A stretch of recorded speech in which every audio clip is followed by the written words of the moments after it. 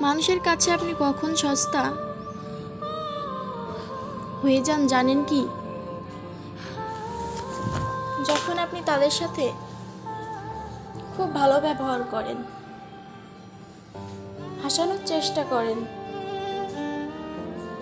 তাদের এক ডাকে সাড়া দিয়ে ওঠেন, তারা আপনার বন্ধুসুলভ আচরণ দেখে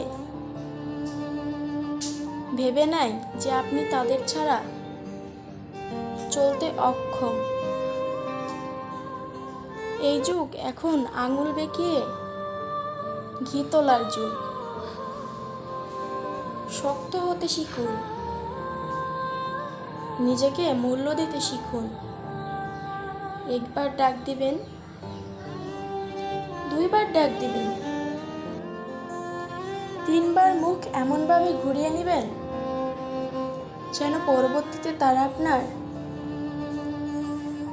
মুখোমুখি হবার জন্য চঞ্চল হয়ে ওঠে। পৃথিবীতে গুরুত্বহীন কোনো মানুষ নাই, আপনিও নন। এটা মাথায় রাখবেন। মুখে অবশ্যই হাসি রাখবেন, তবে হাসির অর্থ যেন অবশ্যই তাদেরকে হতভম্ব হবে।